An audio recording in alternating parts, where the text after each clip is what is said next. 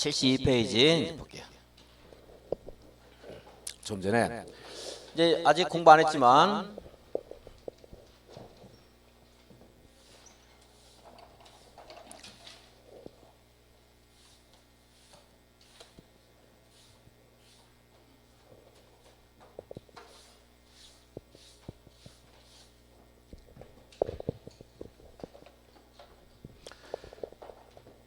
여기 이제 주거지역은 전용 주거지역 그리고 뭐예요? 또 일반 주거지역 또 준주거지역. 그래서 얘하고 비슷하잖아요. 전용 일반 준, 전용 일반 준 이렇게 하는 것도 이것도 그냥 외우기보다 자꾸 비교하면서 제가 해드린 거예요. 이렇게 외우라고 그냥 조금이나 쉽게 해드린 겁니다. 그리고 이제 주거지 있고 상업지역은 근린상업, 유통상업, 일반상업, 중심상업. 그래서 근통일중 이렇게 하기로 했죠. 근린상업, 유통상업, 일반상업, 중심상업 이렇게 했습니다. 다시 전용은 1종과 2종, 일반은 1종, 2종, 3종 이렇게 했어요. 여기는 무슨 주택 중심? 단독주택 중심. 그리고 양호한 주환경. 여기는 무슨 주택 중심? 공동주택 중심. 그랬어요. 근데 아까 말한 것처럼 근린생활시설 하는 거 있어야 된다고 했죠? 그래서 여기 일종 근린생활시설 가능했죠. 그리고 여기에 있는 것 되면서 얘가 되는 거예요. 그래서 계속 조금씩 좀 추가를 하다 보면 여기 있는 것이 조금 극복이 약간 가능합니다. 그 다음에 여기는 무슨 층 중심? 일종 저층. 몇 층이야라고 했죠? 4층이야. 그래서 저층 중심인데 저층 중심이고 그래서 여기에 있는 것들을 일단 되면서 여기는 편리한 주거 환경 했기 때문에 교육시설, 노유자시설 이렇게 돼요. 근데 공동주택이 되긴 되지만 아파트는 됩니까 안 됩니까? 안 된다고 했죠? 초층이라서 아파트는 안 돼요. 자, 2종, 3종 이거는 또 여기에 있는 것들 되면서 하나 더 돼요. 그래서 여기는 단독, 공동, 일종근생, 교육시설, 노유자시설 위에 내려온 것에 자꾸 하나씩만 추가시키면 됩니다. 여기 아파트가 되겠어요 안 되겠어요? 당연히 되겠죠. 여기는 4층이 아니고 여기는 중층, 중고층이니까 됩니다. 그리고 이제 교육시설, 노유자시설 되고 여기는 이제 저층이니까 이게 안 돼요. 여기는 얘는 이거 높아야 낮아요. 높이 있잖아. 내가 좀 과장해서 그랬지만 높이 있잖아 지금. 무슨 시설? 종교시설. 종교시설 됩니다. 위에 있는 것들 그대로 내려받으면 됩니다. 그냥 따로따로 외우는 게 아니고. 맨 처음에 뭐야? 단독, 일종근생. 그 다음에 단독, 일종근생 그리고 공동. 그럼 일종 전용 주거지역과 이종 전용 주거지역의 성격도 같이 공부한 거예요. 그 다음에 이게 편리한 거니까 여기 있는 거 다 되고 단독, 공동, 일종근생 되면서 편리한 거 뭐가 있어요? 교육시설, 유치원 같은 거. 고등학교 이런 거. 대학은 안 됩니다. 교육시설. 노유자시설, 어린이집, 타가소. 애들 맡기고 회사도 가야 되고 편리하죠. 옆에 있으면은. 그러니까 편리한 주거 환경입니다. 그다음에 2종 3종은요. 요거는 저층이라서 뭐가 안 됐어요. 아파트도 안 되고 이거 종교시설도 안 돼요. 근데 여기는 아파트도 되고 종교시설도 되고 이렇게 하면 한번 여러분들이 여기 있는 것들을 뭐 한 공부를 좀 하다 보면은 8, 90%는 암기가 될 겁니다. 그냥 저절로 할 거예요, 이제. 준주거지역은 주거기능 이외에 상업기능, 업무기능의 보완이 필요하기 때문에 되는 게 너무 많아요. 그래서 안 되는 거 이제 있습니다. 조금 이따 이제 공부를 하겠습니다. 이렇게 해서 용도지역별로 이런 허용되는 건축물들을 정해주면 그 용법에 맞게 쓰는 거예요. 농림지역에도 이런 내용들이 있겠죠, 이제. 자연환경 보전지역도 이런 내용이 있어요. 그런데 농림지역에 아까 농업진흥지역, 농림지역 될 수 있다고 했죠? 이런 뭐 문장 구조는 굉장히 복잡하지만 단순하게 그냥 하겠습니다. 농림지역, 농업진흥지역, 농림지역 있어요. 그러면 역으로 농림지역에 농업진흥지역 있을 수 있죠. 보전산지도 있을 수가 있어요. 있을 수 있죠. 그리고 그거 아닌 것도 있을 수가 있습니다. 그런데 만약 농림지역은 농림지역에 관한 규정이 적용되는데 농림지역에 있는 농업진흥지역이다. 그러면은 얘는 농지법이 적용돼요. 그러니까 얘 농림지역 안에 있지만 농림지역에서 허용되는 건축물을 건축할 수 있는 게 아니고 농지법에서 특별히 규제를 하고 있어요. 농업진흥지역에서 할 수 있는 거. 자, 그래서 여러분들이 만약에 농림지역에 대한 토지에 대한 뭐 매매를 중개한다 이럴 때 그게 혹시 농업진흥지역이면 이걸 보고서 참고하면 안 돼요. 뭘 봐야 돼요? 농지법을 봐야 돼요. 이제 이런 체계가 있다는 걸 알아야 된다는 거예요. 이제 그래서 이 법이 적용된다는 것은 의미가 별로 없는 것 같지만 의미가 있는 거 이런 것들. 오히려 여기에 뭐가 되는가 이게 별로 의미가 없어요. 근데 이게 시험 나오고 뭐 이거는 잘 안 나오는데 이거 알아야 돼요. 법 체계. 그럼 법을 우리가 찾아보면 되는 거잖아요. 법이라는 거는. 이거는요. 다 있는데 뭐 외우라고 요구하는데 물론 이제 떨어뜨리기 위한 시험이니까 뭐 어쩔 수 없다 치지만 사실은 중요한 것은 법 체계라는 게 더 중요한 거지. 이거 알아야 돼요. 그리고 자연환경 보전지역은 좀 이따 보겠는데 얘는 초단이 돼요. 초단. 초등학교와 농어가 단독주택. 현저한 자연훼손을 가져오지 않는 하는 말 있지만 그 말은 그냥 수식으로 늘상 붙는 거니까 농어가 단독주택과 초등학교가 됩니다. 이게 되는데 만약에 자연환경 보전지역에 혹시 이제 용도구역 저기 앞에 용도구역인데 용도구역 중에 수산자원 보호구역이 정되어 있다. 그러면 여기 수산자원 보호구역을 규제하는 수산자원관리법이라는 게 있어요. 그래서 수산자원관리법이 적용된다 이거예요. 근데 자연환경 보전지역에는 수산자원 보호구역 이렇게 하지 말고 그냥 수산자원 보호구역은 수산자원관리법. 말도 되니까 수산자원 보호구역은 수산자원법 이렇게 읽어도 돼요. 그리고 농림지역에는 농업진흥지역 했지만 그냥 농업진흥지역 이렇게 읽어도 큰 문제 없어요. 여기를 틀리게 안 할 거니까 이제 시험을 많이 떨어뜨리려고 그러면 이것도 뭐 바꿀 수 있지만 뭐 아직까지 그런 유형까지 안 나오니까 농업진흥지역 하면 농지법. 만약에 이 농림지역에 초지가 있어요.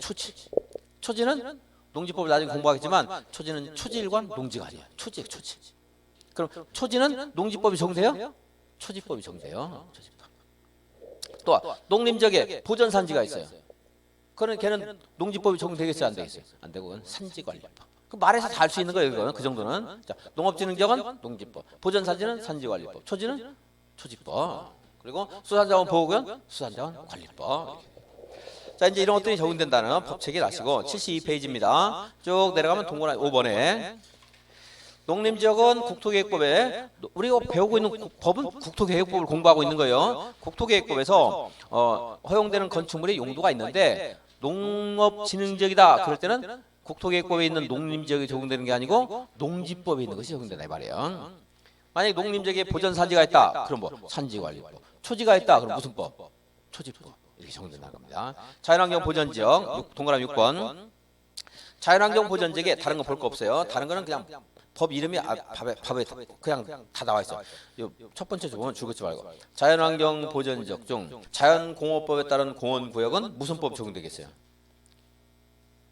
자연공원법에 따른 공원구역이래요. 무슨 법이 적용돼요?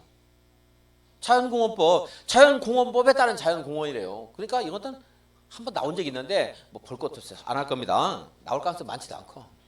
근데 자연환경 보전지역에 네 번째 줄 보면 수산자원 그것도 있네. 수산자원관리법에 따른 수산자원 보호구역 무슨 법? 수산자원관리법. 수산자원 보호구역만 한번 확인하고 다음 페이지 양괄호 5번, 양괄호 4번. 양괄호 4번 보시면은 세 번째 줄에 부속 건축물에 대해서는 주된 건축물에 대한 건축 제한에 따른다. 그것만 한번 보겠습니다. 주물을 처분하면 종물의 소유권도 주물과 함께 이전합니까? 그래요? 종물은 주물의 처분에 따라요? 안 했어요 그거? 그런 정도 내용이라고 보시면 돼요. 간단하겠는데 읽어보고 넘어가야 되겠지만 간단하게 설명했어요. 여기 이제 종교시설 가능하다고 했죠? 일반 주거지역에 가능하죠? 2종 3중에. 근데 창고는 안 돼요. 창고시설이라는 게 또 있는데 창고시설은 안 돼요 여기. 일반 주거지역에. 근데 이 종교 뭡니까? 단체에서 여기는 이제 그 종교 예배 등에 활용되는 뭐 재구라든가 뭐 책걸상이라든가 이런 것도 있을 수 있잖아요. 그걸 보관하기 위해서 창고를 하나 만들었어요. 창고. 아까 창고 안 된다고 했죠, 여기다. 그죠? 창고를 만들었어요. 근데 얘는 그냥 본래 목적의 창고가 아니고 주된 용도인 종교실에 부속된 것이기 때문에 얘는 창고로 평가하지 말고 종교실로 평가해서 여기다 설치할 수 있다 이 말이에요. 그 정도 의미인데, 자 부속 건축물에 대한 제한은 무슨 건축물에 따른다? 주된 건축물에 대한 건축 제한에 따른다. 이 말은 맞는 말 나올 수 있습니다. 이 정도 이해하시고, 자 일종 전용 주거관에서 건축할 수 있는 건축물 73페이지 맨 밑에 있어요. 보면은 건축법 시행령 별표 1호 제1 1호에 의한, 이 말은 시험에서 알려주니까 뭐 몇 호 이런 거 볼 거 없이 단독주택은 가능합니다. 근데 단독주택이 또 나누면 네 가지가 있다고 했죠. 전형적인 우리가 과거부터 살고 있는 단독주택이 있고 많은 사람이 모여 사는 다중주택, 다가구주택, 공관이라는 것이 있는데 이 중에 무엇은 안 된다? 이 다가구는 안 돼요. 다가구. 그리고 근린생활시설 됩니다. 근린생활시설이 가능한데 바부터 3호 가는 게 공중화장실, 대피소 이런 것들은 안 돼요. 이거 말고도 안 되는 게 몇 개 있는데 이 정도까지 보겠습니다. 공중화장실, 대피소는 안 돼요. 공중화장실, 대피소는 일종 근린생활시설이다 아니다. 일종 근린생활시설이다 아니다. 일종 근생인데 여기가 일종 근생 아까 여기 일종 근생이 가능한데 공중화장실과 대피소와 공중화장실은 일종 근생이에요. 그런데 여기에 못 들어오는 일종 근생이다 이 말이에요. 안 된다 이 말이에요. 다가구주택은 단독주택입니까 아닙니까? 다가구주택. 단독주택이에요. 근데 여기 단독주택이 되는데 단독 중에서 다가구는 안 된다 이 말이에요. 안 된다. 이게 된다고 했고 그러면 다른 말도 이게 얘네들이 여기 해당 안 되면 그 말 할 필요 없잖아요. 여기 해당되는데 대피소나 공중화장실은 일종 근생이지만 안 된다 이 말이고 다가구는 단독이지만 안 된다 이 말이고 이게 되는데 했으니까 그리고 아파트도 공동주택이잖아요. 그러니까 여기다가 공동주택 중에서 아파트는 안 된다 이렇게 말을 하는 거고 문장의 의미를 좀 이해하시라는 겁니다. 자 다시 자 단독주택과 일종 근린생활시설이 됩니다. 어디예요? 일종 전용 주거지역에. 그런데 단독 중에 뭐는 안 돼요? 다가구주택이 안 되고 그 다음에 일종 근생기에는 뭐가 안 돼요? 대피소나 공중화장실은 안 됩니다. 이게 아주 중요한 부분은 아닌데 여러분들 아직 법의 의미를 이해를 못하니까 좀 말할 거예요. 그리고 이제 그 밑에 있는 것도 여기서만 설명을 해주겠습니다. 다음 뒤부터는 안 할 거예요. 이제 법체계니까 니은에 보시면 도시군 계획 조례가 정하는 바에 따라 건축할 수 있는 건축물 해서 다가구는 된다고 해서 안 된다고 해서 기본적으로 안 돼요. 그런데 그 각 특광 별별 시군 조례가 그 지역의 주거 여건이 너무 열악해요. 그러면 그 뭡니까 그 화려하고 이렇게 안락한 것보다는 조금 복잡하더라도 많은 사람이 수용을 할 수 있는 것이 필요하거든요. 그래서 조례에 따라서 그 지역의 주택 여건을 고려해서 다가구주택이 가능하다 이렇게 할 수도 있다는 거예요. 그 밑에 있는 게 조례가 정하는 건축물이에요. 그럼 법 체계를 말하는 거지 외우라는 거 아니에요. 근데 이거를 알아야 되거든요, 여러분들이. 이걸 모르면 이제 나중에 토지 거래를 중개할 때 실수가 나올 수가 있거든요. 실제로 모르고 있는 한 100개 많은데 대지가 200제곱미터가 있습니다. 갑이 이걸 팔아달라고 여러분한테 의뢰를 했어요. 을이 매수를 하기로 했어요. 근데 이 사람이 한 200제곱미터 토지가 있는가 매물인가 물어봤어요. 뭐 하실 건데요? 그러니까 이 사람이 다가구주택을 건축하고 싶대요. 다가구주택. 근데 얘가 일종 전용 주거지역 안에 있는 토지예요. 일종 전용 주거지역은 단독주택 일종 건생이 되잖아요. 그죠? 다가구 된다고 했어요? 안 된다고 했어요? 안 된다 그랬어요. 그래서 이제 여러분들이 중개하면서 이거 일종 건생, 일종 전용 주거지역에서 다가구를 하고 싶다고? 없는데요 토지가? 그럼 안 되죠. 왜요? 조례를 찾아보라 이거예요. 조례에서 다가구가 가능하다고 할 수도 있으니까. 그래서 조례가 허용되는 건축물 이게 말한 거고. 대피소 하고 싶다.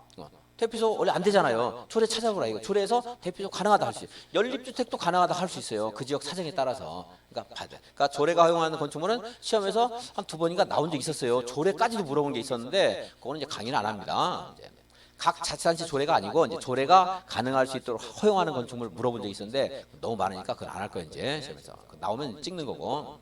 그래서 이거 알아야 되고 근데 이거는 여러분들이 나중에 이제 사무실에 조견 프로 붙여놓으니까 다 알아요. 아는데 문제는 이것도 있어요 이제.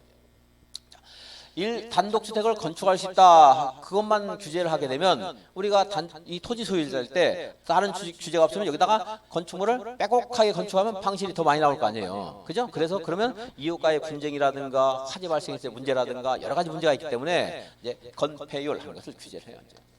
건축물이 이렇게 건축 면적이라는 게 있어요. 건축 면적이 대지에서 어느 만큼 차지할 수 있는가 하는 게 뭐예요? 건폐율. 그래서 여기에는 일종 전용 주거지역은 건폐율을 50% 몇 퍼센트? 50%. 자, 법 체계를 한번 말하겠습니다. 처음이니까 5월, 6월에는 이런 거 안 해요. 이제 도시 지역이 있고 주거 지역까지는 우리 법률에서 정하고 있습니다. 얘네들은 대통령령이 만들었기 때문에 여기까지는 법률에서 건폐율을 70% 이렇게 상한선을 설정을 해요. 그러면서 법률에서 70% 범위 내에서 대통령령으로 정하는 바에 따라 조례로 정한다. 그러면은 일종 전용 주거 지역은 70을 넘으면 돼야 한대요. 법률에서 70 범위 내에서 대통령령으로 정하고 있으니까 70 범위 내에서 정해야 돼요. 여기 있는 것 중에 제일 높아도 70을 넘으면 안 돼요. 주거 지역에서. 상업적은 90 범위 내에서, 여기는 70 범위 내에서, 여기는 20 범위 내에서 이런 식으로 이제 해놨어요. 이제. 그럼 그 범위 내에서 하게 되는데, 여기는 이제 50 해놓고, 그리고 이걸로 끝나는 게 아니고 지자체의 사정에 따라서 조례로 이렇게 또 정할 수 있어요. 그럼 조례로서 55 이렇게 주면 돼야 안 돼요. 일종 전용 주거 지역을. 일종 전용 주거 지역을 55 주면 돼야 안 돼요. 안 되죠? 이건 중앙 규범으로 50 범위 내에서 조례로 정한다는 거예요. 그러니까 50 이하로 해야 돼요. 50 넘으면 안 됩니다. 실제로 일종 전용 주거 지역은 50 주고 있는 데가 잘 없어요. 45 이렇게 줄 때가 많아요. 이종 전용 주거 지역은 50을 주는 데가 많지만 일종 전용은 아닐 수가 있어요. 이제. 그래서 이제 그것이 뭐예요? 건폐율, 건폐율. 근데 이걸 모르고 그냥 이것만 이제 공부를 드립다 외워가지고 5, 6, 6, 5, 7, 9, 8, 7, 8 이렇게 외우다 보니까 일종 전용 주거지역은 50이다 그냥 하는 사람이 되게 많아요. 보면 아니에요. 조례 찾아봐야 돼요. 50이 아닐 수도 있습니다. 그러니까 찾아봐야 돼요. 이제 여기 오늘 공부하는 숫자들이 다 조례에 따라서 다를 수가 있습니다. 지역 사정에 따라서 다를 수가 있어요. 그 체계는 알아야 된다 이거예요. 그래서 좀 전에 말한 것처럼 여기 다가구 이제 다가구가 되는 것을 그나마 조례를 찾아와서 알았어요. 이제 그래가지고 이거 팔려고 했는데 또 이 을이 사면서 내가 건축 면적을 100제곱미터쯤 하고 싶다 그랬어요. 그러니까 또 50%가 됩니다 그랬어요. 그럼 돼야 안 돼요? 찾아봐야 돼 이거를. 45를 주면 여기다가 얼마까지만 되는 거예요. 200에 45니까 90제곱미터까지 안 되거든. 그죠? 그러니까 조례를 찾아봐야 된다 이 말이야. 그 취지를 말하는 것이고 용적률도 마찬가지로 용적률도 여기는 100% 50 이상 100 이하 해서 50 이상 100 이하니까 그 범위 내에서 조례가 정해야 돼요. 45 줘도 안 되고 110을 줘도 안 돼요. 50 이상 100 이하에서 조례를 정하는데 이제 얼마 이상 하는 건 안 할 겁니다. 얼마까지 가능해요? 최대한 한선 말고 100까지 가는 100까지. 여기도 역시 여기 만약에 90 이렇게 줄 수도 있는 거예요. 100을 안 주고. 그러니까 용적률도 역시 조례를 찾아봐야 된다 이거예요. 이제 자 이제 거기까지 말씀드렸고 이제 조례라는 거 조례가 있다는 것은 한번 봐주시고. 그래서 자 건폐율은 대지 면적 있죠? 대지 면적 200제곱미터. 대지 면적에 대해서 건축 면적이 어느 정도만큼 차지하는가 하는 것의 허용치가 건폐율. 그래서 곱하기 100 하면 건폐율이 나오고, 그리고 이제 이렇게 해서 이웃 간의 분쟁이라든가 좀 쾌적한 환경을 보호할 것이다 했지만 문제가 생겼죠. 뭐 100년, 200년 전에야 이거 이게 단층, 2층까지 안 되겠지만 이 기술이 발달해서 100층, 1000층 안 되겠나? 200층 올라갈 수 있어요. 그래서 위로 무한히 올라가면 안 되니까 위로 올라가는 것도 좀 제한할 필요가 있어요. 그래서 건축물을 위로 계속 올리면 안 되기 때문에 이것도 이제 제한해요. 그게 용적률. 용적률은 이 각 층을 여러 층을 나오면 각 층을 사용할 수 있는 이 바닥 면적이 있을 거 아니에요, 그죠? 하나, 둘, 셋, 넷, 다섯, 여섯. 그 바닥 면적, 사용할 수 있는 바닥 면적을 합한 것을 연면적 그래요. 뭐라고요? 연면적. 그럼 이것이 또 대지 면적에 대해서 어느 만큼 차지할 수 있는가 하는 것이 용적률. 이게 층층이 쌓는 것이 어느 정도까지 허용되는가 해서 용적률 이렇게 말하는 거 이제. 이거는 100보다 클 수도 있겠죠. 그죠? 얘는 100보다 크면 안 되겠죠, 건폐율은. 만약 이론적으로는 제일 많이 줘도 100까지밖에 안 되잖아요, 건축 면적은. 이제 90이 지금은 우리는 현 실적 보면 90이 최대 하한선입니다.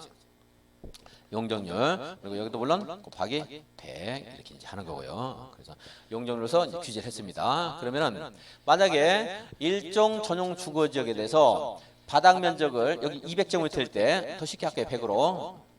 이것도 헷갈리니까 100으로 할 때 여기 얼마 가능한 거예요? 50 가능하죠? 50. 그럼 몇 개 층까지 할 수 있어요? 용적률이 100이니까 건축 면적은 50 하는데 용적률 100이니까 이걸 얼마까지 할 수 있어요? 몇 층까지? 2개층까지 가겠죠. 근데 아까 말한 것처럼 이제 건축 기술이 발달해서 50을 안 쓰고 5만 썼다. 그럼 몇 개층까지 되는 거예요? 20층까지 할 수 있잖아요.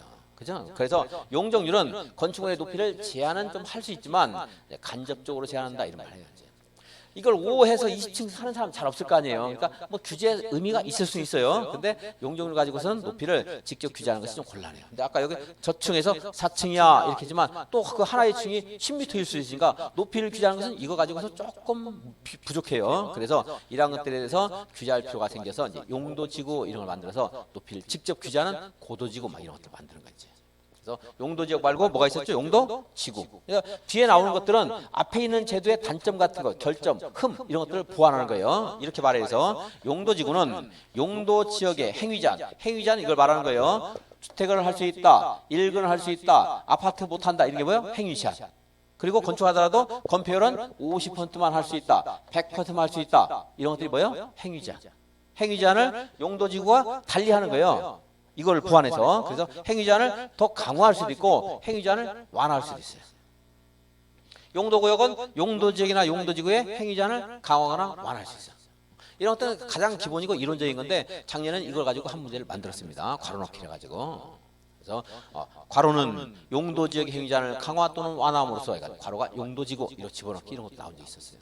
올해는 뭐 그 안 나올 겁니다. 지문적에는 하나쯤 나와도 단독 문제는 안 나올 거예요. 이제 기본이죠. 이제 그러니까 뒤에 나온 것들이 앞에 있는 것을 강화 완화해서 보완하는 것들이 이제 된다. 그런 기본적인 성격을 가지고 있는 겁니다. 그래서 건폐율 용적률 한번 봤고요.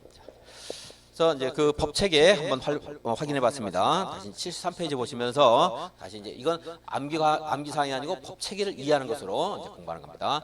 자, 먼저 일종 전용 주거적은 우리 대통령령으로 단독주택 그리고 근린생활시설 가능하다 이러면서 단독주택 중에 다가구는 안 됩니다 이렇게 하세요. 다만 이제 조례 지역 사정에 따라 조례로서 다가구를 허용하는 것도 있을 수는 있습니다. 이제 그 체계는 좀 이해를 해주시고 자 74페이지. 이종 전용 주거적 안에서 건축할 수 있는 건축물 해서 자 이제 니은 앞으로는 이제 니은 안 봐요. 조례가 허용하는 것은 기업 단독 일종 근생 가능하죠? 위에 있는 거 다 넘겨받고 뭐가 플러스 될 수 있어요? 공동주택 아파트 돼야 안 돼요? 되죠. 안 된다는 말로 쓰면 되는 거예요. 아파트 되고. 그리고 이제 일종 일반 주거적 이하는 우리 책에 없는데 요거는 이제 나중에 유학집에서 정리하면서 다시 한번 보겠습니다. 뭐 없으니까 거기다 쓰거나 뭐 이러진 않겠습니다. 좀 여기까지는 좀 봐야 돼요. 여기까지 준주거죠. 여기까지 사실 봐야 돼요. 근데 여기까지는 나올 수 있어요. 이런데도 뭐 혹까지 나올 수 있는데 여기까지 공부하면 너무나 이제 한이 없고 해봐야 도움이 안 됩니다. 해봐야 도움이 안 되는 게 아니라 하면 안 돼요. 하면 이제 까먹거니와 이거 하느라고 다른 걸 못하니까 안 되고 요거는 제가 체계적으로 정리를 해주면은 여러분들이 한 70% 80%는 잘하면 80% 정도가 수용이 가능할 거예요. 외워질 거 이제 80% 정도 외우면은 이제 나왔을 때 그걸 다 맞추는 게 아니고 뭐 확률이 또 한 80%에서 곱해서 한 64% 정도 맞출 거예요. 그 정도면 굉장히 훌륭한 뭡니까 확률입니다. 해야 돼 그 정도는. 왜냐면 종종 나오거든. 어려우니까 안 하는 경우 되게 많아요. 분석이 안 되니까 이것도 안 하고 여기 나온 이것도 안 하고 이것도 안 하고 그러는데 여기는 중요도가 꽤 높은 편이에요. 근데 이것도 정리가 안 되니까 안 하는데 이렇게 아까 3차 하나씩 추가되는 것을 잘 정리하면 한번 해볼 만해요. 그러니까 단한테 한 80% 정도 여러분들이 습득이 될 거예요. 그럼 나왔을 때 이제 또 맞출 확률이 80% 하면 한 64점 정도 확률이니까 해야 돼요. 그 정도는. 오늘은 이제 이런 법 체계만 한번 봤고요. 그리고 75페이지에 5번에 보면은 건폐율 용적률이 있습니다. 건폐율은 그냥 공식만 한번 볼게요. 대지 면적에 대한 건축 면적의 비율에서 공식을 부르지 않습니다, 사실. 그리고 용적률은 대지 면적에 대한 건축 연면적의 비율. 그렇습니다. 다음 페이지. 자, 건폐율과 용적률의 지정 기준입니다. 건폐율, 용적률. 네모를 표를 한번 보면은요. 그 법 체계를 말할 때 이건 뭐 몰라도 된다고 했어요, 제가. 우리 국토계획법 법률에서는 주거 지역을 얘는 좀 복잡하게 놨네. 어제 책은 조금 얘보다는 좀 낫다운데 그냥 분석 안 하겠습니다. 헷갈리기만 하면 필요가 없으니까. 아까 말했던 이걸 한번 하려고 그랬는데 이제 법률에서 여기까지 해줬고 여기는 대통령으로 하고 있다 이거 한번 하려고 하는데 뭐 중요하지 않습니다. 그냥 바로 숫자 보겠습니다. 자, 건폐율. 컴페어는 일종 전용 주거적은 얼마 이하에서 조례로 정한다고 했어요. 얼마 이하? 50. 2종은요? 50. 일종 일반 주거적은 60. 2종은 60. 3종은 50. 준주거적은 70. 그다음에 근통일중 그랬어요. 근린상업 얼마? 70. 유통은 일반, 중심 90. 그다음에 이제 공업적은 전용, 일반, 준공업 다 얼마예요? 70. 보전, 생산, 자연, 녹지적 다 얼마예요? 20. 그리고 보전, 생산, 계획관리 지역 얼마예요? 20, 20. 40짜리 하나 있죠. 계획관리. 독립적 자연환경 보전적 얼마입니까? 20, 20. 그래서 컴페어는 이겁니다. 컴페어를 한번 요거 용도지역은 유학집에서 정리를 해가지고 한번 다시 보겠습니다. 허용되는 용도. 자, 그래서 용도지역을 정해주니까 이거를 토지의 이용 정도 이거 암기는 안 해도 돼요. 보존할 것인지 적극적으로 개발할 것인지 이런 것들이 이제 용도지역에 따라 달라지고 그리고 허용되는 건축물의 용도 이것도 정해졌죠. 아까 정해진 거 한번 봤었죠. 예를 들어서 그리고 또 지금 뭘 정했죠? 건폐율. 또 뭘 정해요? 용적률. 아까 여기 저층, 중층, 고층 이런 거요. 건축물의 높이. 그래서 용, 건, 용이 이런 것들을 정해주는 게 용도지역입니다. 자, 용도는 한번 바꿔. 그리고 여기 이거 하나만 쓸까요? 1종, 2종의 단독주택, 1종, 근생 하나다. 그리고 이제 자꾸 플러스 알파, 플러스 알파, 플러스 알파 이런 식으로 됐어요. 1종, 2종, 3종 이렇게 됐지. 건폐율은 얼마라고 했죠? 여기? 건폐율? 50. 얘도 50. 얘는 60. 2종 일반 주거적 60. 3종 일반 주거적은 얘는 50. 용적률이 커요. 용적률이 큰 대신에 너무 옆으로 퍼져 있으면 답답하니까 이제 건폐율은 한번 떨어집니다. 준주거적은 얼마? 70. 근린상업 70. 유통상업 80. 일반상업 80. 중심상업 90. 전용공업 70. 일반공업 70. 준공업 70. 그리고 자연녹지 20. 생산녹지 20. 보전녹지 20. 계획관리 얼마야? 40. 생산관리 보전관리 독립지역 자연환경 보전지역 여기 이하 녹관농자 여기는 개발을 가급적 안 하는 것들입니다. 이쪽에서는 뭐 일단 기본적으로 아파트가 안 돼요. 이쪽에는 이제 이 안쪽에서 개발하는 거죠. 이제. 그래서 건폐율을 보는데 이렇게 하나하나 낱낱이 하지 말고 크게 한번 보겠습니다. 50, 60, 70 이렇게. 자, 전용 주거 얼마요? 50. 일반 주거 60. 준주거 70. 이제 나중에 3종 일반 주거적은 중고층 너무 답답하니까 건폐율 한번 떨어집니다. 자, 50, 60, 70, 5, 66, 57 이렇게 하지 말고 크게. 자, 근통일중 이건 이제 외워야 되고 여러분들이 당연히 근린, 유통, 일반, 중심 얼마요? 70, 80, 80, 90 이렇게 오름차순을 하기 위해서 순서를 좀 바꿨어요. 안 그러면 법에 있는 순서는 9878이 돼요. 헷갈리니까 이렇게 바꾸고. 네, 혹시 가끔 착각할 때 70, 80, 90 이런 사람이 있어요. 그럼 얘가 100이 되는데 안 되겠죠? 자, 여기는 80으로 통일돼 있다 이렇게 한번 또 생각해서 나중에 헷갈리지 말고요. 그다음에 공업적은 007이에요. 전용공업, 일반공업, 준공업 다 뭐요? 007. 공업적은 뭐다? 70, 007. 007 할 때마다 007 어나더 데이인가 뭐 하는 그 시리즈에서 그 미국의 뭡니까 007 제임스 본드가 북한 특수공작원하고 싸우는 게 있는데 그 북한 특수공작원 소련인가 중령인데요. 요 이름표에 창천동대 창천동대 예비군 중대 마크가 있더라고요. 그러니까 걔는 영화 만든 애들은 예비군이 뭔지 북한군이 뭔지 모르니까 그걸 보면서 좀 재밌었던 일이 있었는데 007 공업적은 다 보다 70. 나머지는 얼마예요? 개발하면 안 되니까 20, 20, 20, 20, 20, 20, 20인데 그것만 4계절. 계획관리만 얼마예요? 40. 뭐 4계절 해도 되고 얘는 도시적으로 편입이 예상되잖아요. 그러니까 좀 많아요. 40장 하나밖에 없어요. 근데 그러다 보면 또 자연녹지 40 하면 되니까 4계절. 계획관리만 40. 이렇게 해서 이제 외워야 되고. 자, 용적률 또 보겠습니다. 용적률. 얘 하나만 외우고 끝날 것 같으면 이것만 계속하고 확인하겠는데 그 시간이 없으니까 바로 넘어가고 힌트 요령만 알려드리는 거예요. 자, 용적률은 이제 이렇게 단순하지 않고 좀 더 세분돼 있습니다. 이제 자, 주거지의 일종 전용 주거지역 얼마 이하예요? 얼마 이상 이건 안 읽기로 했어요. 100 이하. 이종은 150 이하. 그리고 일반 주거지역은 또 다시 50씩 계속 늘어나요. 1종은 100, 200, 2종 250, 3종은 300. 준주거지역은 350이 아니고 200 껑충 뛰어서 500이 돼요. 500. 근통일중 900, 1100, 1300, 1500. 공업지역 300, 350, 400. 나머지는 80 아니면 100. 자, 100. 제1순위 후보 누구? 계획관리. 제2순위 후보 누구? 자연녹지. 조금 전에 그 용도지역의 특성을 공부하면서 이 정도는 연상할 수 있어야 돼요.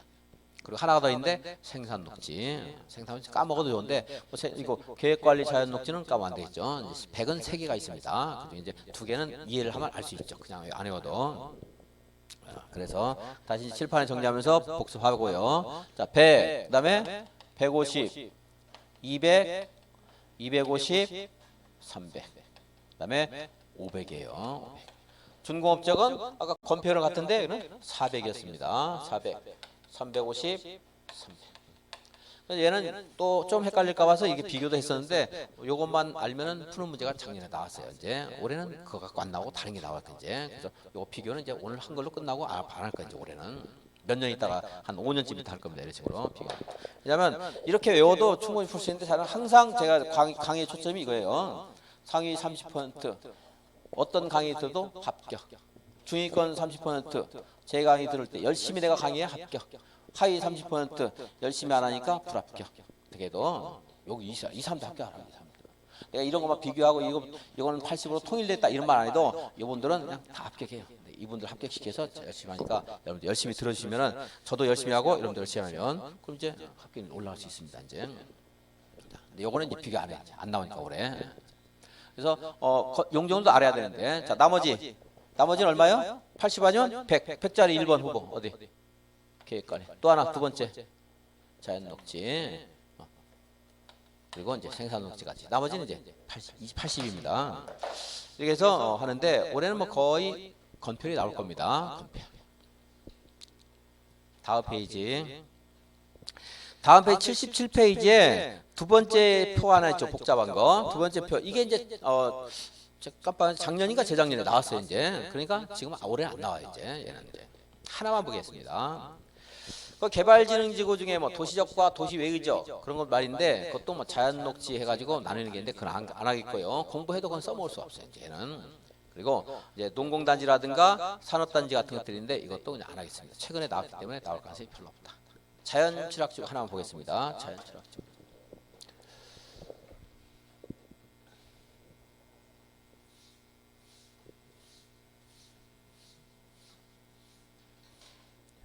이 용도지역의 기능을 보완하는 제도가 있었죠. 뭐라고요? 용도 뭐라고요? 용도지구. 여기는 경관지구, 고도지구, 방제지구, 방화지구, 보호지구, 그리고 취락지구, 개발진흥지구, 특정용도 제한지구, 복합 용도지구 이렇게 해서 9가지가 있어요. 이렇게. 그리고 제가 강의할 때 몇 가지가 있다는데 몇 가지는 기억하는 거 아닙니다. 그냥 그렇게 참고삼아 얘기하는 거지. 여기 취락지구에는요 2가지가 있는데 자연 취락지구와 집단 취락지구가 있어요. 자연 취락지구는 저기는 용도 지역 중에서 인공적으로 계획적으로 도시가 설계되는 곳이 아닌 곳에 있는 취락. 주상공 이런 것들은 계획적이죠. 인위적이고 그런 성격이 강하죠. 녹관농자는 좀 그런 성격이 약합니다. 그래서 녹지 지역이나 관리 지역이나 농림 지역이나 자연환경 보전 지역에 사람들이 하나 둘씩 모여 살면은 이 사람들이 이제 하나만 있을 때는 건폐율이 20밖에 안 돼요. 그거 이상 안 줘요 기본적으로. 근데 여러 사람이 좀 모여 살게 됐어요. 그럼 그 현실을 무시하고 법만 강행하면 안 되거든요. 이 사람들을 포함해서 자연취락지구 이렇게 지정해요.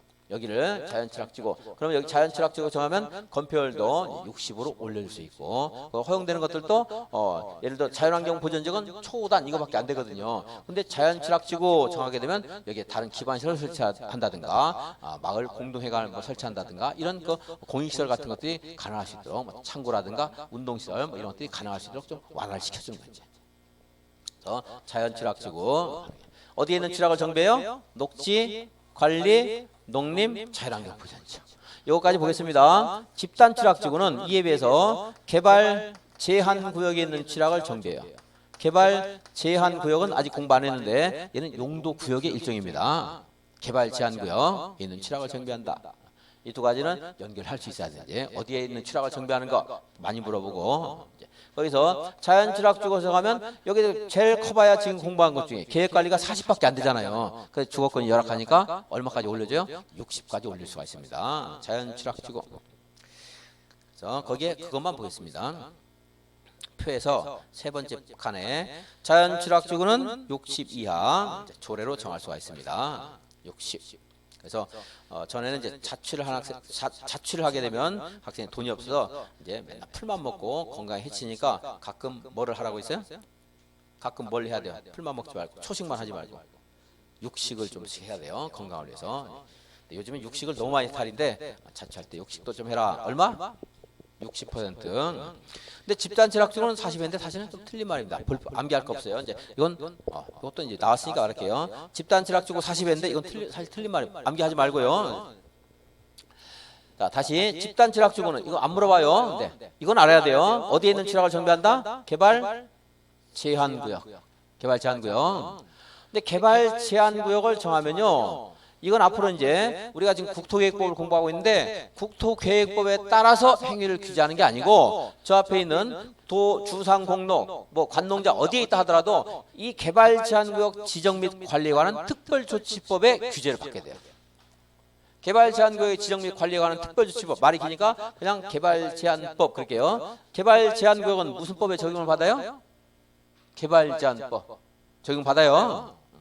그 적용을 받는다는 말이 이제 개발 제한 구역에 있는 토지에 대해 쓰임새에 대해서 이 법에서 건폐율, 용적률, 허용되는 건축물 이런 것들이 정해져 있다 이 말이에요. 여기서 공부한 게 아니고 아까 예를 들어 일종 전용 주거지역, 오늘 단독주택 일종 건설했지만 그게 적용되는 게 아니고 이 법에 따라서 규제를 받아요. 근데 이 법은 전에는 시험법이었는데 지금은 시험법은 아니야. 이 법이 있다는 건 알아야 돼요. 이거 물어보니까. 그러니까 만약에 여러분들이 아까 말한 일종 전용 주거지역에 있는 토지를 거래하게 됐어요. 근데 걔가 개발 제한 구역에 있어요. 그러면 저걸 가지고 소개를 하면 안 되고 이 법을 가지고 소개해야 된다는 거예요. 이제 그걸 알고 있어야 돼요. 알고는 있어야 돼요. 그래야지 나중에 이제 그 토지 이용 규제 시스템에 가면 무슨 법에 적용을 받는가가 있어요 거기에. 그럼 그거 가지고 이때는 이걸 알아봐야 되겠다. 이걸 능력을 키우는 지금 그 능력을. 자, 그래서 자 개발 제한 구역에 있는 취락을 정비하는 게 무슨 취락? 집단 취락지구. 얘는 결국 어디에 있어요? 개발 제한 구역에 있죠? 그러니까 집단 취락지구는 국토계획법으로 규제를 하는 게 아니고 무엇에 따라 규제하게 돼요? 개발 제한법에 따라 규제를 하게 돼요. 근데 그 중에 일부가 뭐 건폐율이 40%가 가능하다 하는 내용도 있고 다른 것이 적용되는 것들도 있어요. 그러니까 40이라고 단정하면 안 되고 외울 필요도 전혀 없는 거예요. 이것은 외워야 아무런 의미가 없어. 시험에 물어보지 않고 사실은 엄격하게는 틀린 말이 돼요. 근데 자취는 얼마다? 60. 그건 나올 수 있어. 근데 개발 집단 취락지구는 얘를 보는 게 아니고 얘 나왔다 하면 무슨 법 생각해야 돼요? 개발 제한법 생각하는 말이에요. 집단 취락지구는 그 밑에 있는 것들은 최근에 나왔기 때문에 나올 가능성이 별로 없어 안 하고 위로 쭉 올라가면 신설 규정하는 게 있어요. 신설 규정. 이게 한 2016년에 도입된 날인데 2015년인가 16년에 도입돼서 나올 때가 충분히 딱 성수기 딱 됐어요. 자, 성장 관리 방안이라는 게 있습니다. 여기 보시면 뒤에서 할 건데요. 그냥 듣고 넘어가도 상관없어요. 여기는 주거, 상업, 공업 지역은 이걸 이제 시가화용도 이렇게 말하게 돼요. 시가지로 활용하기 위해서 만들었다 해서 시가화용도 다른 표현이기도 해요. 그럼 이제 여기에는 시가화용도 아닌 것들의 개발 행위가 굉장히 이제 활성화되는 경우가 있어요. 그동안은 개발이 별로 안 됐는데 예를 들어 자연녹지 같은 데는 계획관리나 자연녹지는 허용되는 건축물이 굉장히 많아요. 그래서 예를 들어 자연녹지에 단독주택 되고요. 창고도 돼요. 창고, 묘지도 돼요. 묘지 같은 거. 축사도 돼요. 축사. 이런 게 1km 떨어져 가지고 하나씩 있다고 쳐요. 자연녹지 지역에. 규제를 별로 안 해도 큰 문제가 없어요. 근데 요즘 최근에 이 지역에 이제 개발 부분 불면서 주변에 뭐 아파트 단지 생기고 가지고 건축물이 막 들어서기 시작했어요. 주택, 축사, 공동묘지 막 섞여 있어요. 이렇게. 바로 옆에. 그러면 곤란해지죠. 아까 서로 멀리 떨어져 있을 때야 문제가 없지만 이게 개발이 진행되면서 시가화가 되고 개발이 되면서 이런 것들이 막 뒤섞여 있으면 곤란할 거 아니겠어요. 그래서 이것을 성장관리 방안을 수립하면 이 성장관리 방안의 내용 중에 이제 여기는 자연녹지 지역이지만 자, 묘지 안 된다. 축사 안 된다. 단독주택과 이건 뭐 창고만 가능하다. 이런 식으로 여기서 또 규제를 할 수가 있어요. 성장관리 방안을 수립하면. 대신에 성장관리 방안을 수립하면서 허용되는 건축물도 규제하지만 건폐율도 또 완화해 줄 수가 있어요. 앞으로 여기 개발이 될 거거든. 그러니까 앞으로 개발이 될 건데 마당만 넓고 집은 조그맣고 20% 이러면 별로 또 쓸모가 없으니까 좀 완화해 줬어요. 건폐율을. 성장관리 방안이 적용되면 건폐율이 완화되는데 계획관리 지역의 성장관리 방안이 수립되면 건폐율이 50까지 완화될 수 있어요. 50까지. 자연녹지 지역의 성장관리 방안이 수립되면 30까지 건폐율이 완화될 수 있어요. 30까지. 이런 식으로 생산관리 지역은 30까지 완화할 수 있어요. 맨 위에 보시면 그겁니다. 성장관리 방안은 뒤에 가서 이제 마지막 날 국토계획법 마지막 날 공부를 해야 됩니다. 자, 계획관리 지역, 생산관리 지역, 그리고 자연녹지 지역에 성장관리 방안을 수립하면 50 이하의 범위에서 대통령령으로 건폐율을 완화할 수 있는데 그 내용이 구체적으로 보면 계획관리 지역은 얼마? 50까지 가네요. 50까지. 자연녹지는 30까지. 생산관리는 30까지. 그러니까 잘 보니까 그냥 이렇게 하지 말고 또 다시 기억을 좀이라도 더 하기 위해서 그냥 읽고 넘어가면 안 되니까 다 각각 얼마씩 더 완화가 된 거예요.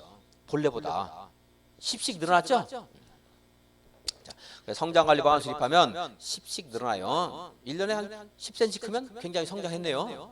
10cm만 크면 돼요. 10씩 성장시켰어요. 성장관리 방안. 자, 이런 식으로 여러 가지 그런 그 방법에 따라서 기억을 오래 할 수 있어야 돼요. 그냥 숫자만 외우지 말고. 자, 숫자를 결국은 외워야 돼요. 이렇게 해서 성장관리. 그 밑에 있는 표보다 이제 위에 있는 표가 제가 볼 때 훨씬 중요해요. 지금 이제. 걔는 나올 가능성도 꽤 높아요. 아니면 여기서 나오고 이제. 여기서 나오고. 근데 올해만큼은 올해 내년까지는 얘하고 내가 볼 때 여기 있는 숫자하고 비중이 뭐 그렇게 큰 차이가 없다. 물론 둘 다 나올 수 있어요. 하나는 성장관리 파트에서 나오고 하나는 그냥 건폐율 용적률 파트에 나오고 다 나올 수도 있고. 다 나올 가능성이 좀 최근 당분간은 좀 많네요. 다음에 이제 82페이지 82페이지. 자, 용도지구 앞에까지 보고 10분 쉬겠습니다. 82페이지.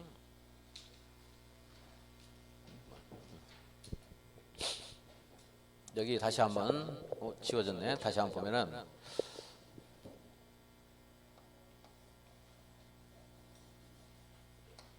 바다를 메웠더니 옆에 있는 용도지역과 성격이 같아요. 그러면은 얘는 자동 설정되죠? 용도지역이. 근데 얘하고 얘가 성격이 달라요. 그럼 어떻게 해야 돼요?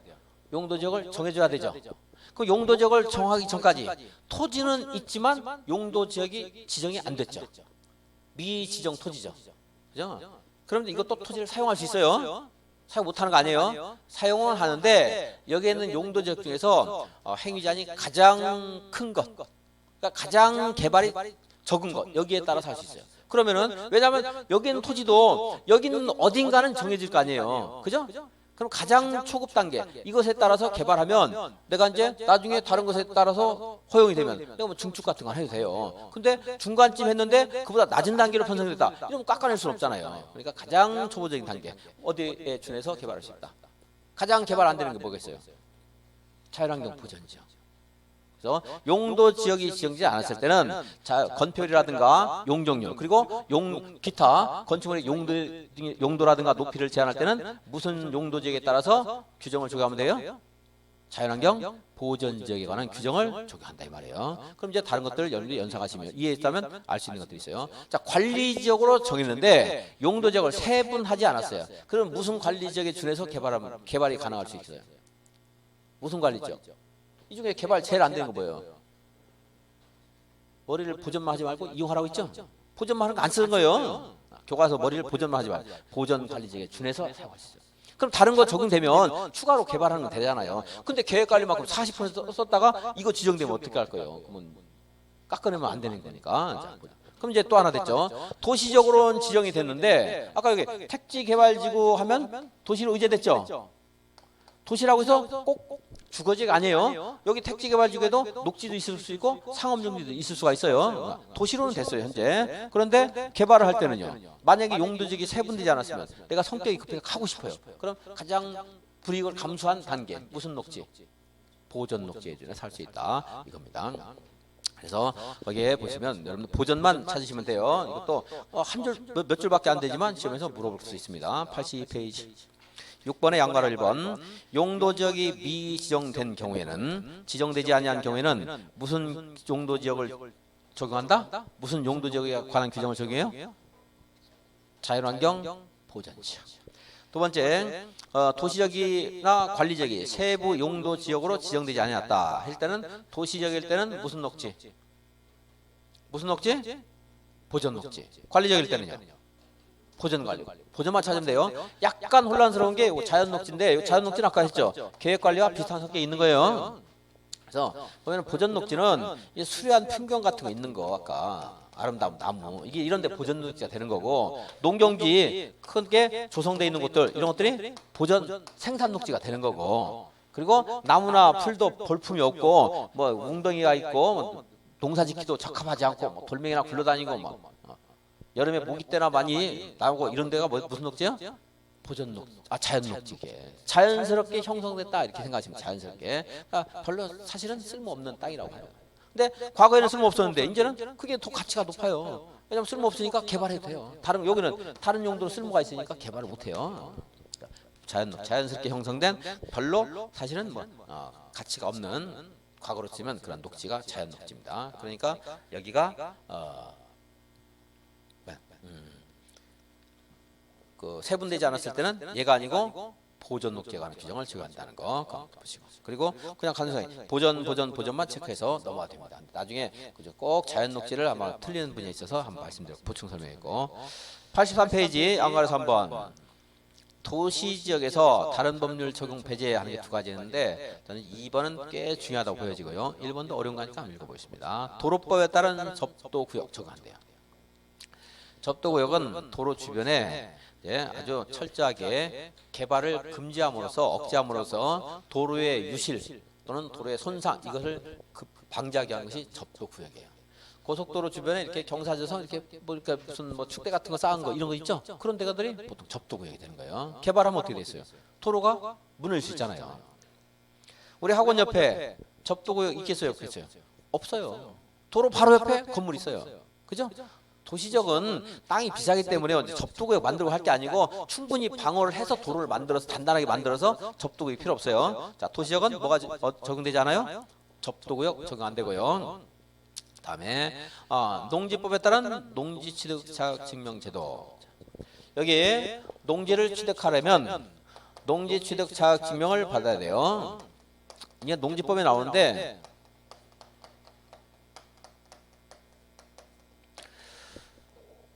이 국토계획법에서 이 신문이 나올 가능성이 없는 건 아닌데 이제 올해 농지법 시험에서 다음 중 농지 취득 자격 증명을 받지 않고 농지를 취득할 수 있는 경우는 없는 경우는 물어볼 거예요. 이제 가능성이 높은데 그 중에 여기 있는 게 하나 나올 수도 있습니다.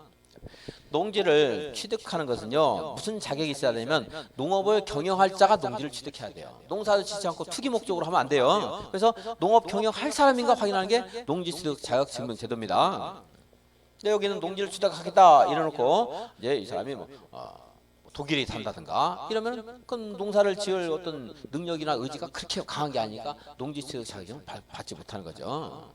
그리고 농사를 짓겠다 했는데 연세가 한 108세 드신 분이 내가 차력을 하겠다 하면 그것도 이제 농지증 발급 못 받을 거예요. 그런 거 확인하는 게 농지증이거든요. 농사 지을 사람이 농지를 취득하라 이거예요. 근데 농지를 상속한다. 이건 농지증이 필요하다 필요 없다. 필요 없어요. 이건 상속만 받으면 되는 거니까. 이래서 필요한 게 있고 필요 없는 것들이 있는데 그건 농지법에서 공부할 것이고 여기 하나 보겠습니다. 농지가 이런 곳에 관농자적인 농지가 있으면 당연히 농사 짓는 땅이니까 농지증이 필요해요. 도시역에서는 적용 안 된다는 건데 이것도 한번 나눠보겠습니다. 도시역에서는 적용 안 된다 해놓고 녹지역은 좀 별개인데 좀 이따 볼게요. 주상공 지역에 농지가 이렇게 있어요. 주거상업공업적에. 그럼 그 전에 이거는 이제 사실은 뭐 그 내용을 여러분이 꼭 알아야 되는 거 아니지만 듣고 나면 어려운 게 아니니까 들으세요. 이 농지가 보통은 주상공보다 이런 데 많았겠죠. 농관농자 이런 데. 그죠? 물론 처음부터 주거지역에 농지가 있는 거였지만 그래서 그런데 이게 만약에 현재는 관리지역인데 주거, 상업, 공업적으로 농지가 속해 있는 관리지역이 바뀌었어요. 계획관리지역이라고 칠 때 바꾸려면 이 절차를 밟아야 돼요. 기초조사, 의견 청취, 협의, 심의해서 바꿔야 돼요. 그래야 되죠? 바꿀 때도 이거 해야 되거든요. 그때 관계 행정기관과 협의를 해야 되는데 농지가 포함된 지역이 주상공으로 바뀔 때는 농림축산식품부 장관과 농림축산식품부하고 협의를 해야 돼요. 네. 그럼 여기서 협의를 한다는 취지는요. 이 농지가 주상공으로 바뀌었을 때 농지로서가 다른 걸로 전용 주택으로 상업용지로 공장용지로 전환될 것을 예정하고 농림축산식품부에서 합의를 해줘야 농지를 주상공으로 바뀔 수 있다는 거예요. 여기서 농림축산식품부와 협의한다는 것은. 그래서 이 주상공에 있는 농지는 그런 연유를 해서 역사에 의해서 만들어진 거예요. 그럼 이 농지가 다른 걸로 바뀔 수 있다는 것을 농림축산식품부에서 이미 허용을 한 거예요. 이걸 주택으로 하겠다. 상업용지로 하겠다 하는 것이 자유롭게 할 수 있다는 거죠. 그러니까 이걸 농사를 짓지 않는 사람도 이 농지를 취득해도 문제가 없다 이 말이에요. 이것이 나중에 농지법에서도 관련된 말이 한번 나와요. 그냥 그 말을 하면 어려우니까 여기까지 하겠습니다. 그래서 자 주상공에 있는 농지를 취득할 때는 농지증이 필요하다 필요 없다? 필요? 없다. 근데 녹지역에서는 사실 그렇지 않거든요. 그래서 녹지역은 이제 사실은 도시군계획 시설 사업일 때는 농지증이 필요 없어요. 근데 우리들이 농지를 취득하려면 녹지지역에서는 농지증이 필요해요. 그냥 단순히 근데 한 책을 볼게요. 분석해 보면 동그라미 번에 농지법에 따른 농지 취득 자격 증명이 도시역에서는 필요 없다 이렇게 읽는데. 괄호에 다만 녹지적의 농지로서 도시군계획시설 사업에 필요한 농지가 아닌 경우에는 그러하지 아니하다 지났어요. 말들이 어려운데 그러면은 여러분이 농지를 취득하는 건 도시군계획시설 사업이 아니죠. 그럴 때는 그러하지 않다 했으니까 무슨 말이에요? 농지증이 필요하다 이 말이에요. 여기까지는 안 물어볼 거예요. 여기까지 안 물어보고 이것만 단독으로 물어보면 괄호에 있는 것도 막 물어봐요 시험에서. 근데 괄호에 있는 걸 물어볼 가능성이 있다고 해서 무분별하게 전부 공부하면 너무 양이 많으니까 안 할 것이고. 자 다시 도시지역에서 농지를 취득할 때 농지증 필요하다 필요 없다? 필요 없다. 녹지지역까지는 안 물어볼 거예요. 거기 물어보면은 그냥 틀리세요. 바로 찾고 간단한 거지만 제가 부담을 좀이라도 덜어주기 위해서 안 하는 거예요. 근데 아마 제 예상은 이렇게 나올 거예요. 시험에서 농지법에 나올 거예요. 다음 중 농지증이 필요한 사람은 1. 상속농지 2번 얘가 나올 수 있고 안 나올 수 있는데 2번 주거지역에 있는 농지를 취득하는 경우 필요하다 필요 없다? 필요? 없다. 이렇게 나올 거예요. 그렇게 이해를 해 주십시오. 농지증은 올해 굉장히 중요하니까 이렇게 여기서 좀 자세히 설명했습니다. 그리고 이제 용도지구 보는데 용도지구는 여기 있는 거 한번 읽어보고 10분 쉬었다 보겠습니다. 용도지구를 어떻게 해서 경관지구, 고도지구, 방제지구, 방화지구, 보호지구, 그리고 취락지구, 개발진흥지구, 특정용도 제한지구, 복합용도지구 이렇게 9가지가 있고 이건 국토계획 및 이용에 관한 법률에 있어요. 법률에. 여기도 법률에서 용도지구를 정해주고 또 필요에 따라 세부 용도지구로 세분했죠. 여기도 또 이제 일정한 경우에 용도지구가 세분돼 있어요. 이렇게 세분돼 있고 여기서 제가 하나 빼먹어 있었는데 하나 그거 해야 되겠네요. 교재 어디 뭐 없어도 나중에 해도 되니까. 자, 주거지역, 상업지역, 공업지역, 녹지지역에는 용도지역이 세분했죠. 대통령령으로 세분했죠. 자세히 나왔죠. 이게 없었는데 작년 9월에 생겼어요. 이제 작년 8월에 제도가. 조례로서 용도 지역을 추가 세분할 수 있다. 이 제도가 없었는데 용도 지역은 국가에 딱 만들었어요.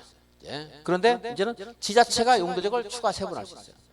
자, 생각해 보면은 어떤 도시는 베드타운, 대도시의 베드타운으로서 주거 지역이 굉장히 활성화된 지역도 있고, 어떤 지역은 공업 지역이 굉장히 활성화한 지역도 있을 것이고, 그러겠죠.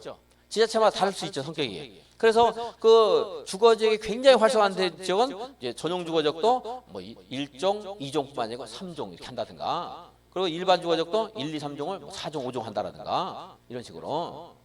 또 뭐 중심지 일반 주거지요. 또는 뭐 무슨 교회 일반 주거지요. 이런 식으로 그 지역의 사정에 맞게 만들 수 있다는 거예요. 근데 이런 그 구체적인 사례는 자꾸 말 안 할 겁니다. 한 번만 말하고 넘어갈까요? 그 말하면 여러분 나 머릿속에 그런 것도 있었나 봐 헷갈리니까. 자, 이렇게 뭐 할 수 있다. 용도 지역을 여기 주거, 상업, 공업, 녹지 지역 용도 지역을 추가로 세분할 수 있다. 뭘로요? 조례로. 그러니까 지금은 지자체마다 이게 똑같이 다 있는 게 아니고 뭐 공업적이 굉장히 발달한 뭐 창원이라든가 이런 창원 맞나? 그런 많이 있나? 그런 데는 이런 것들이 더 세분될 수도 있어요. 이제. 우리 파주는 공업적이 많이 있습니까? 꽤 그래도 최근에 좀 있는 편이네. 그래도 아주 많은 건 아닐 거예요. 만약 파주는 여기는 이제 더 이상 세분되는 게 아니고 뭐 녹지적이 많다라든가 이런 것들로 세분할 수 있고 한다는 거죠. 지문지가 하나 나올 수 있습니다. 자, 용도 지역을 근데 이걸 안 보면은 틀릴 수 있어요. 공부를 많이 한 사람은 틀릴 수 있어요. 안 본 사람은. 왜냐하면 이 용도 지구는 그러니까 대통령 여기 이제 법률이 있고 이 책에는 여러분이 명확히 몰라도 되는데 이해를 위해서 말하는 거예요. 대통령령으로 세분화하고 있고 그리고 조례로서 여기 조례의 기능이 좀 많이 나오는데 조례로서 여기 있는 용도 지역을 세분한 것을 추가 세분할 수 있어요. 저기도 뭐 할 수 있다? 이제 생겼어요. 세분할 수 있어요. 주상공목을. 근데 차이점이 여기는 조례로서 신설할 수도 있어요. 여기는 도시, 관리, 농림, 자연환경 보전지역 이거 말고 용도 지역을 조례로 만들면 돼야 안 돼요? 안 돼요. 이거 그치고 이제 여기 있는 것 중에서 얘네들을 추가 세분할 수 있는 거고. 근데 여기는 용도 지구는 이게 지역 정책이 더 강합니다. 그래서 조례로서 여기에 있는 거 9가지 외의 용도 지역을 신설할 수도 있어요. 이렇게. 뭐로? 조례로. 저긴 안 되지만 하는 것이 있다. 까지 이제 큰 틀에서 봤고 여기 있는 내용들을 이제 10분 쉬었다가 보도록 하겠습니다.